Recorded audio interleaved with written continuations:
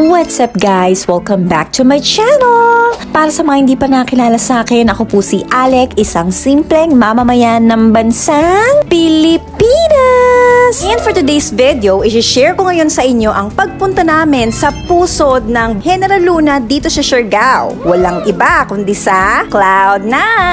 So, are you excited? Same here! What are you waiting for? Let's get this party started!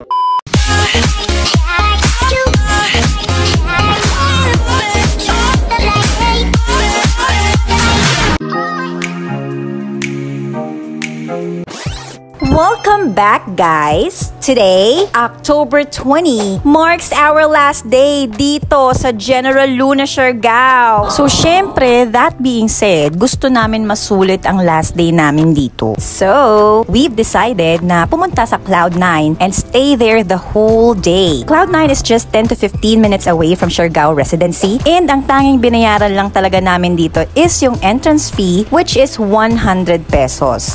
Actually, meron silang mga surfing lessons dito, which is 600 pesos. Pero since nakapag-surf na kami sa Pacifico Beach, as a kuripot vlogger, syempre, pass na tayo dyan. Before we go there, we made sure na nag-heavy breakfast na muna kami sa accommodation namin. Bumili na rin kami ng pizza as baon, kasi pwede namang magdala ng baon sa loob. The good thing about it is, open ang Cloud9 until 9 p.m. Is that the reason bakit tinawag siyang Cloud9? Charot lang! So, ayun na nga, dumating kami doon ng mga 2:45 and syempre, picture muna.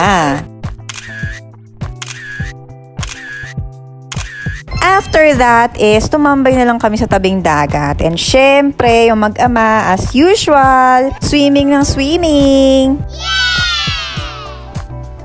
As you can see guys, medyo mabato dito sa may part na to. Pero later on, may madidiscover tayong magandang spot. Malapit na mag-sunset pero ang dalawa walang habas.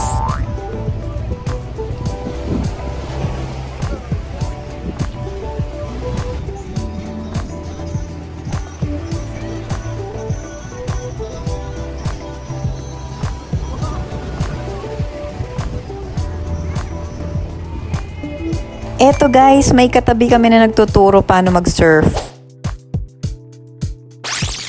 Around 4:45 p.m., nag-decide na kami na lakarin na namin yung boardwalk kasi ito yung best time na maglakad-lakad since hindi na mainit para ma-witness din namin kung anong itsura ng sunset from there. And syempre, around that time, marami na rin mga nagsasurf. Told you, medyo crowded na dito kaya medyo mas magandang mag-surf dun sa may Pacifico Beach. O, diba?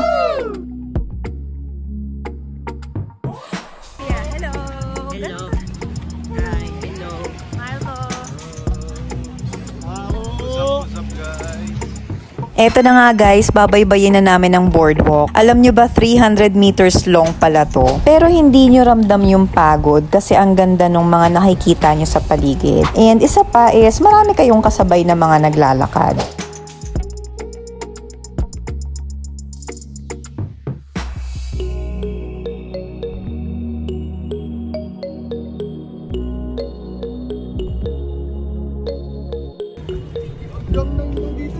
Oo nga. Ano, gusto mo gamay na tayo dito?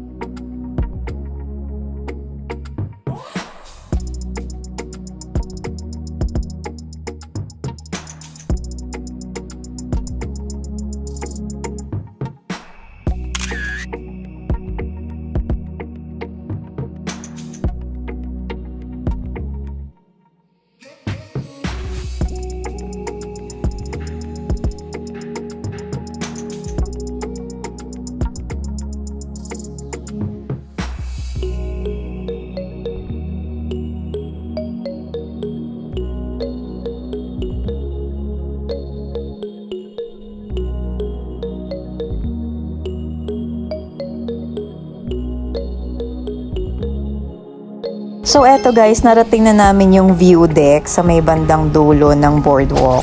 Dito nyo guys makikita yung mga professional surfers, foreigners, and Filipinos na para naglalaro lang sa napakatataas na mga waves. Kaya siya tinawag na Cloud9 is literally nagiging number 9 ang itsura ng mga waves sa dagat kasi sobrang lakas niya. Tingnan nyo na lang guys, as in nakakamangha sila, ang gagaling nila lahat, in fairness.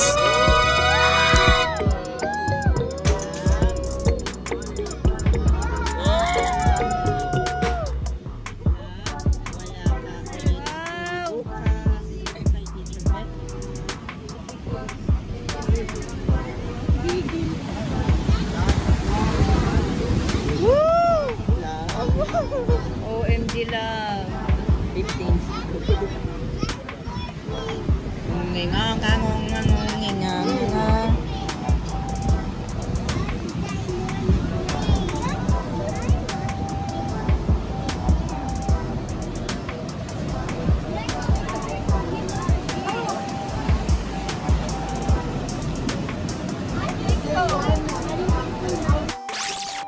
After mga 30 minutes, bumalik na kami ulit sa pagsuswimming and then nilakad ulit namin yung 300-meter boardwalk. And ito rin yung best time na mag-aura-aura ka sa sunset. Oh, pak!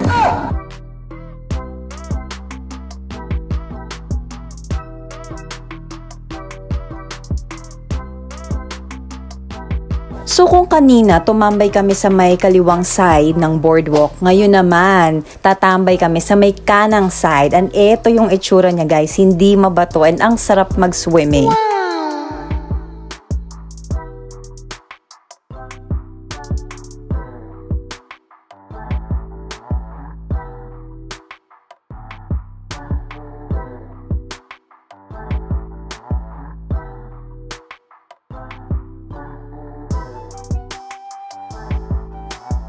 I would like to take this opportunity to thank my husband kasi siya yung nag-aasikaso sa amin every day. Siya yung nagluluto ng breakfast namin. Wala siyang pagod sa amin. So thank you so much, Mahal! Wow!